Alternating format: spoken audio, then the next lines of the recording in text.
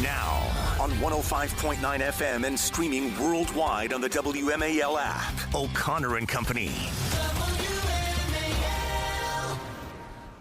6:06, it's O'Connor and Company. Thanks for tuning in here on this Tuesday morning. Thank you to Joe Concha yesterday for filling in for me, and Hans von Spikoski for doing the same on Friday. Really, it was Julie and Patrice filling in for me, though. The boys just got to sit and watch them work their magic. So, Julie, thank you for carrying the load yesterday while I had some family business out on the West Coast. It was fun. We missed you, though, but it was fun. Well, you had a great news cycle to work with the Zelensky thing, the Ukraine thing, and the Oscars, by the way, which I want to touch on because I want my crack at those guys. Coming up at 6:35, Payton Mcnabb in just 30 minutes is going to join us, talk about the Senate's blocking the bill that would protect our daughters in sports yesterday. 7:05, Betsy DeVos, former Trump education secretary. 7:35, Congressman Brandon Gill. Get a little preview of tonight's speech that Trump's going to give to a joint session. Also, talk about the idea of putting Trump's face on some money. And then at 8:05, Adam Gillette, Accuracy in Media. Okay, so the Oscars. First, let's just cut to the chase, because I know what our schedule is. I know what our hours are. And, by the way, I also know what the ratings were. So most people opted out of watching. Julie, did you catch any of it? Yeah, not only did I not watch the Oscars, I didn't see any of the movies. So, That's part of the problem, isn't it? And not only that, I didn't hear any talk of the movies. Usually in years past, you would hear people talk about these movies, these great films. Oh. Not a word. Well, you saw one of them. I do know you saw Wicked. Oh, yes, you're right. I did see Wicked. You saw one movie, and there was some buzz about that one. But you're 100% right.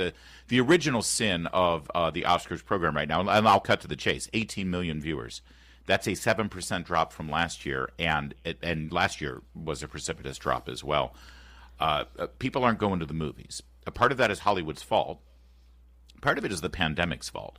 But also Hollywood could just put movies back in the theaters right now, but they've determined that they can make a ton of money just having those movies go direct to streaming, or maybe be in the theater for 2 weeks and then start streaming. Well, and so we've adopted to that. They could also make good movies. They could try that. I mean, let's just say, even with Wicked, it's like, can you guys come up with an original idea? I mean, I agree that's a Broadway,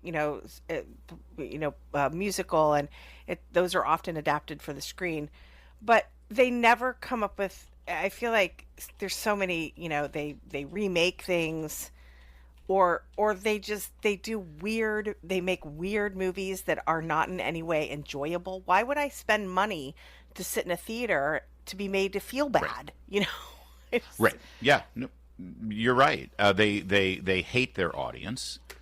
And by the way, this is the problem. Oscar perpetuates this because the criteria to be nominated for Best Picture, as we've discussed in the past, goes well beyond being a good movie and running in the theaters. You also have to check all these DEI boxes. That's right. You have to have a diverse storyline or a diverse cast or a diverse crew. And it's like, meanwhile, what were the top grossing movies of the year? Do you know what the number one grossing movie last year was? What? Inside Out 2, a Pixar sequel. I mean, this Weird. Is and number 2 was a superhero movie, Deadpool and Wolverine. Number 3, Despicable Me 4. Good number God. 5, Moana 2. Again, you're talking about not coming up with a new idea. Every single one of the top 4 now that I've just laid out there. All 4 of those, number 1, first of all, were geared toward either children or juveniles in the case of the superhero movie, Deadpool and Wolverine. Yeah. And every single one of them was a sequel. Yep. Every single one was based on characters and storylines and ideas that had already been presented to audiences. It takes number 5 to get to a semi-original film, but even this, Dune Part 2, the second part of the Dune saga, which, by the way, was already a movie back in the 80s and is based on remake. A science fiction novel. Yeah, and then it takes number 6 to get to Wicked, which is a semi-original idea. But you're right, it's based on a Broadway musical. And by the way, that Broadway musical is based on an existing film, Wizard of Oz, and a book series, but just sort of spun off of it. Number 7 was Godzilla versus King Kong: The New Empire, which is again a sequel. Number 8 was Kung Fu Panda 4. Do you see the pattern that's being developed here? Wow. So there you go. So you're right. The movies. It's interesting. Also, all of those movies are somewhat wholesome. You know, it's not. People go to the theater with their families and they don't want to sit through porn or smut or something really depressing. Right. And the Best Picture was a movie about prostitutes. Right. And glamorizing prostitutes and drug usage. And the other runner-up was about a transgender drug lord. Set to music, of course. Of course, set to music. Musical. That said, let's just be clear. Even though it was lousy ratings, it was the most watched primetime entertainment, not counting sports and not counting news events, of the season so far. So as far as television is concerned, it did okay. Obviously, sporting events and big news events get better ratings than the Oscars. That's also sort of a lesson in the bifurcation of television viewing over the years. It was politicized. People are saying, "Oh, politics wasn't so bad this year." No, it was. Even Conan O'Brien, who I think is very funny, here in Cut 5, you can hear Conan O'Brien making a joke that's designed for the audience of Hollywood elites sitting in the Eastman Theater, not for the viewing audience, whoever's left. Go ahead. You know, Honora's having a good night. Yeah, that's great. Yeah, that's great news. 2 wins already. I guess Americans are excited to see somebody finally stand up to a powerful Russian.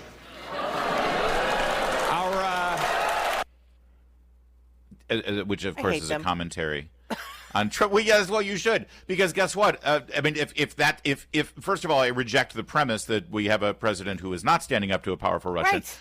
But if you accept the premise, Biden was that guy, and guess what? America didn't want Biden or Kamala Harris, so it's just factually incorrect as well. Actress Daryl Hannah, remember her? When was the last time she did anything?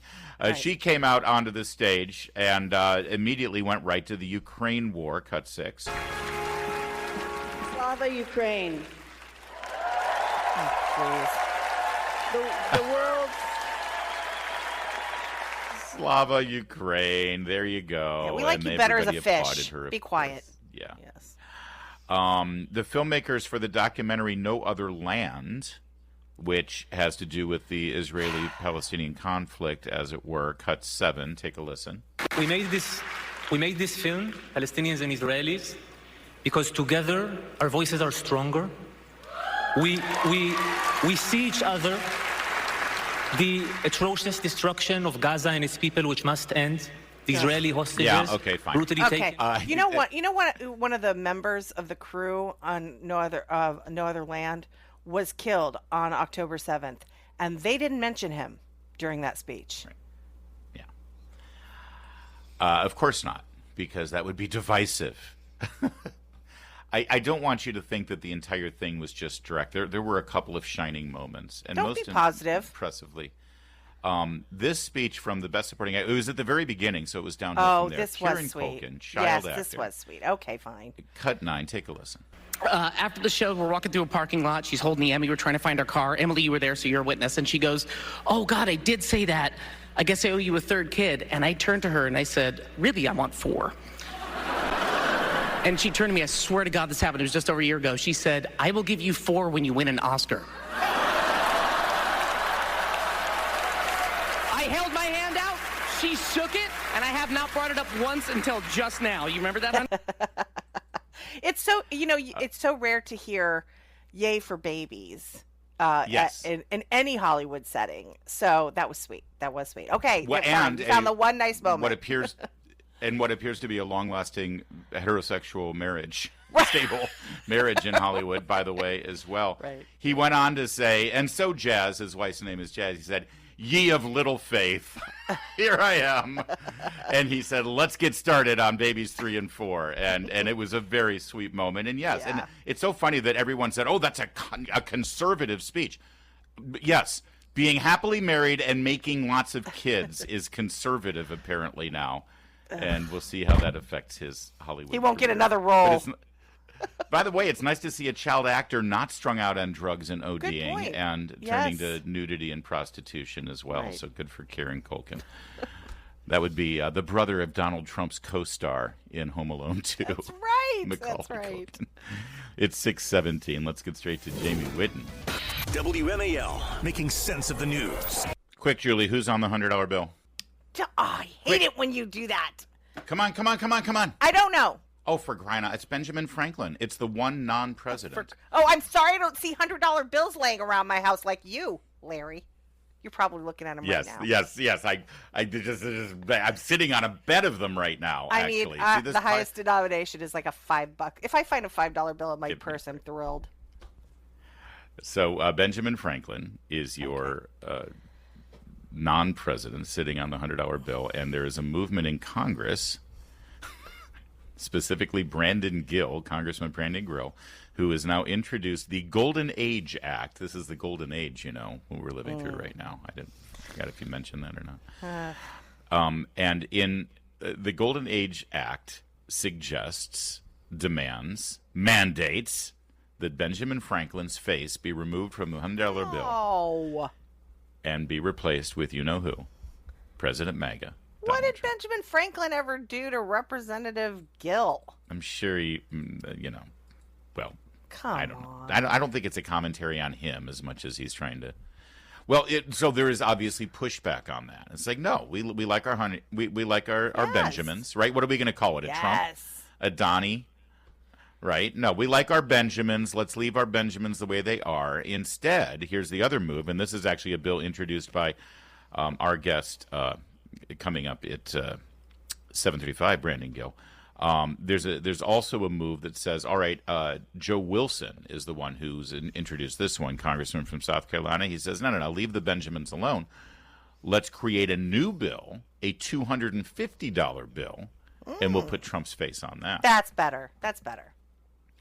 Wait, you want a $250 bill? I don't want Benjamin to be replaced. All right. But do we need another piece of paper money No. for a $250 increment? What are we doing here? Yeah, I agree. Fine. But so you don't want Trump. So basically you hate Donald Trump. Is that what you're saying?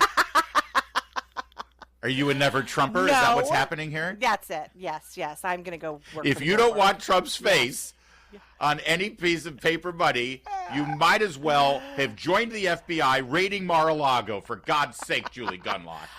Where's my job offer from the Bulwark? It's time. That's It's time. right. The Manhattan Institute will be calling. Oh. Hey, I love your new column at the Bulwark. Fantastic work, Julie. Look, I don't know what what's he done? Why does he need to be removed? Let's keep Benjamin Franklin right where he is. I agree. Well, you have to decide somebody, right? I mean, remember they were going to replace Hamilton with Who was it going to be? Harriet Tubman? It was, yes. Harriet Tubman Yes, was going to yes. replace, and then said, "Oh no, don't do that to Hamilton. We've got a Broadway musical about him." Oh, by the way, that just exposed my stupid trivia. I said that Franklin's the only non-president. Obviously, Alexander Hamilton was also not a president. Mm-hmm. So there you go. We got two non-presidents on the on bills. So so we could lose. I mean, there was a move to get Hamilton out of there, and then the musical came along. I think there are other ways to look. Maybe we add him to Mount Rushmore. I think Trump would like that better. Maybe we don't do things like this while he's still president. Yes, because, I agree. Yes, I agree. Imagine in 1973, after Richard Nixon won 49 out of 50 states, they decided to put him on the $20 bill. I mean, we've never had a more popular president. He won 49 out of 50 states in a landslide election in 72. Let's go with Tricky Dick on the $20 bill. Some and of then, us would be Watergate fine with that still. Yeah. No offense to Nixon. I'm just saying before we memorialize people with their image on a bill, I'm sure that Trump, by the end of his second term, will have earned basically every single piece of currency will have a different image of Donald Trump, profile, full on, But let's wait. We Yeah, didn't I name agree. Reagan I Airport agree. until Yeah, I years agree. after Reagan left office, right? Yeah, I agree. I think it's, and leftists around here still call it national. They refuse to call it Reagan. Exactly. They're still All right. adjusting. Well, we'll grill Representative Brandon Gill on this, and also get a preview of tonight's speech. By the way, it has now been announced that the theme of tonight's speech by Donald Trump is the renewal of the American dream. We'll do a preview of that with Brandon Gill and talk about this nonsense and putting Trump's face on money while he's just 5 weeks into his second term. That's coming up at 7:35. Right now at 6:23. Now on 105.9 FM and streaming worldwide on the WMAL app. O'Connor and Company. 6:37. Thanks for tuning in here to O'Connor and Company. Getting your day started the right way. Coming up at 7:05, Betsy DeVos, former education secretary. 7:35, Congressman Brandon Gill of Texas. 8:05, Adam Gillette, Accuracy and Media. It's Larry O'Connor with Julie Gunlock, of course, one of the grand dames there at Independent Women's Forum. And we're graced to have her presence here Monday through Wednesday. Thank you, Julie, for being here. Good morning. And joining us right now is one of your colleagues at Independent Women's Forum. She, of course, an ambassador to IWF.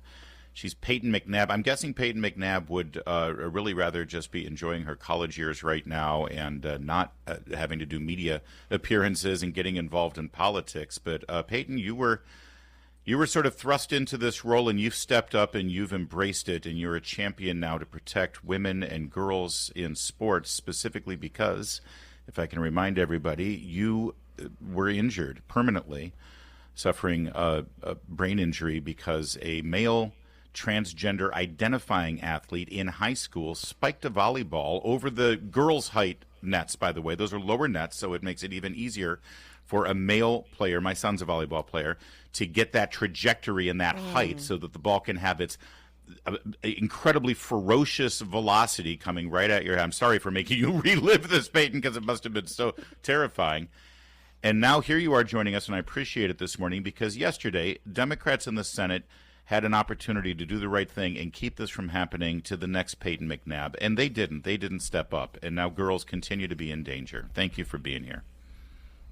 Yes, thank you so much, Larry, for having me. And yeah, I mean, that completely changed my life. That day made everything different for me. It's never been the same. And like you said, they had a chance yesterday to make it never happen again, and they chose not to. They completely failed women, and it's really sad to see. Payton, you have lingering problems because of the injury that you suffered. Tell us about some of the issues that you face because of that injury. So ever since, this is roughly 2 years ago, I went to the doctor right after the injury happened, and they told me that I had a concussion, a brain bleed, permanent whiplash, and they didn't know if I'd ever be back the same. Now, fast 2.5 years almost, and my body and mind are still recovering.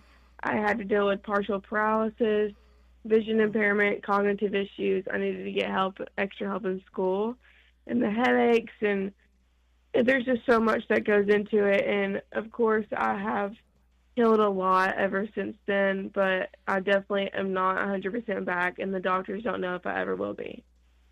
Payton, I know we're not really supposed to have favorites, but you have always been my favorite ambassador at IW because your story is so compelling and you tell it with such grace. I wonder if you could talk about your time at the Independent Women's Forum and what it has meant to you to be able to tell your story. Thank you so much. That is so sweet. But it has been, I mean, they have just been so good. They have helped me really get my story out there. I joined them in 2023 to take my story national, and they've really just been this champion for women and really elevating and highlighting how important my story is and every other woman in this fight. So they've really been helpful, and I'm incredibly thankful for them. We're speaking with Payton Mcnabb. She's been in Washington trying to make the case for making Title IX what it was always meant to be, which is to protect women's sports and to protect women in sports. Yes, from the traumatic brain injury that she suffered because of a biological male identifying as transgender in a high school volleyball game, but also just to protect them psychologically and emotionally from the invasion of their private spaces when they're, rather vulnerable getting changed for sports. And I got to ask you, when you make that case, Payton, when you talk to congressmen and senators who disagree with you, what argument do they have? An argument for you? What do they say? I want to know when they look you in the eyes and they say, no, Payton, you're wrong about this. This is just fine what's going on here. Are they even able to make that argument?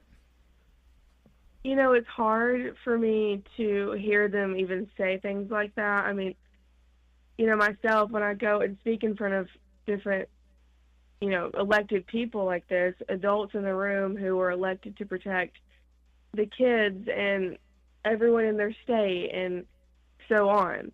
And so when I go and tell them the traumatic story that happened to me and begging and pleading for them to stand up and, never let this happen again, I don't know. I mean, I feel like everyone knows deep down because this is like a common sense thing, but this agenda is pushed so hard that they totally disregard all of the facts. And it is so sad to see because this is about reality and objective truth. And they are so blind to that. It is so cloudy. Yeah. All of the agendas and everything being pushed clouds their vision so bad. So I don't know how they do it, especially when a lot of them have daughters on their own or they know at least one woman in their life. Right. Yeah. Well, Payton, I mean, I think that's a great way to put it. Their vision is clouded by whatever their ideology is. The good news is, though, listen, sadly, this is a political issue. Democrats have made their say. They voted against this. They refused to move this debate along last night in the Senate. But those very same senators will be sitting in the joint session of Congress tonight as President Trump addresses them. And apparently at a certain moment in the speech, he's going to turn to his box and he's going to introduce you. You are his guest tonight at this speech. And that's going to be a great moment. And it's going to send a message that there's an election coming up and you're either standing with Payton Mcnabb or you're against Payton Mcnabb. Right. So this is a great and moment. We're with you. We're really proud of you. We are 100% with you. We'll be cheering. Well, thank you so much. And yeah, I mean, it's a complete honor and it's such a surreal moment. And I can't believe that I'm even able to be here. So I'm incredibly thankful for President Trump for everything he does, but specifically taking this issue for what it is and saying enough is enough. So I'm so thankful for him. I'm thankful for y'all. And I'm thankful that... And if I could just give you a little bit of advice as the father of two daughters around your age, try to get to know Barron really well. I mean, you might hit it off. Good grief, Larry. What? No, I'm thinking Peyton's dad is thinking that right now. It's like this. Oh, that would be really nice to meet him. See? All right, here we go. He's tall. She's a volleyball player. I can make. All right, we'll just let it lay and let nature take its course. Thank you, Payton. Have a great time tonight. Thank it is 6:44. You know that Payton Mcnabb right now is writing on a note paper. She's saying, "Mrs. Barron Trump, Mrs. Payton Trump, Payton Trump with a little heart in the PT. PT. She's already having maybe monogrammed PT. Yes.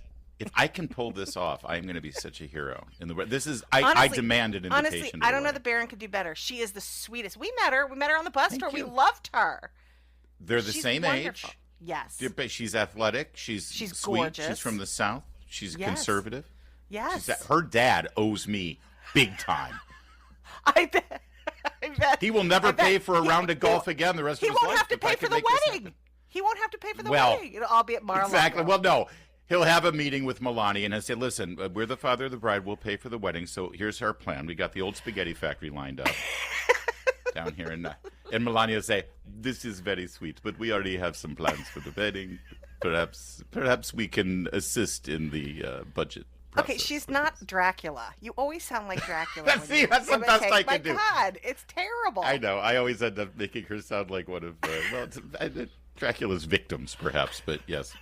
All right, so we'll be looking for Payton McNabb tonight. By the way, I've also just learned President Trump's going to host January Littlejohn. She is a mother who saved her daughter from gender ideology, fought school administrators who tried to socially transition her daughter without her consent.